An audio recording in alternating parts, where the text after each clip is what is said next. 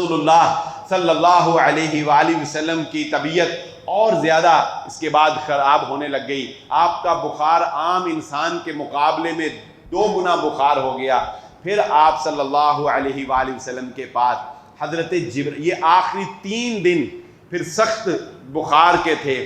پھر حضرت جبرائیل علیہ السلام آئے اور آ کر کہنے لگے اے اللہ کے نبی صلی اللہ علیہ وسلم، اللہ تعالیٰ آپ کا حال دریافت کرتے ہیں. اللہ پوچھتا ہے آپ کا حال کیا ہے. آپ نے فرمایا مغموماً مکروباً، اے جبرائیل میں غمگین ہوں اور تکلیف بہت ہے، میں غمگین ہوں اور تکلیف بہت ہے. پھر اللہ تعالیٰ نے ملک الموت کو بھیجا. پھر وہ فرشتہ جو روح کو قبض کرتا ہے، پھر وہ ملک الموت اور فرشتوں کے ساتھ نبی صلی اللہ علیہ وآلہ وسلم کے دروازے پر آئے. دروازے پر آ کر اللہ کے نبی صلی اللہ علیہ وسلم سے حجرے میں داخل ہونے کی اجازت مانگی. آپ نے حجرے میں آنے کی اجازت دی.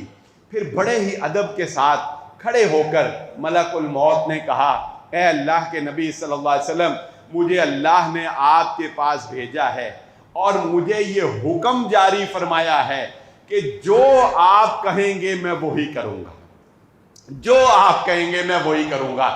اگر آپ اجازت دیں تو میں آپ کی روح قبض کر لیتا ہوں، اگر آپ اجازت دیں تو میں آپ کی روح قبض کر لیتا ہوں، اگر آپ اجازت نہیں دیں گے تو مجھے اللہ کا حکم ہے کہ میں آپ کی بات مانوں گا.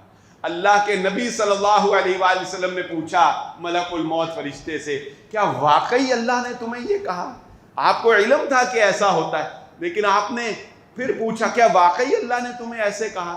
ملک الموت نے کہا جی مجھے اللہ کا یہی حکم ہے، لیکن میں آپ کو ایک بات اضافی بتاتا ہوں، اللہ آپ سے ملاقات کا شوق رکھتا ہے. نبی صلی اللہ علیہ وسلم نے فرمایا اللہم رفیق الاعلی. پھر رفیق الاعلی 3 مرتبہ نبی صلی اللہ علیہ وآلہ وسلم نے یہ بات ارشاد فرمائی کہ یہ اس بات کی طرف اشارہ تھا کہ میں اپنے خالق حقیقی سے ملنا چاہتا ہوں، میری روح قبض کر لو. اس کی اجازت نبی صلی اللہ علیہ وآلہ وسلم نے دے دی. اور آپ صلی اللہ علیہ وآلہ وسلم کے آخری الفاظ نبی صلی اللہ علیہ وسلم کی روح قبض کرنے سے پہلے یہ تھے کہ موت کی سختی، سکرات الموت جو ہے وہ برحق ہے.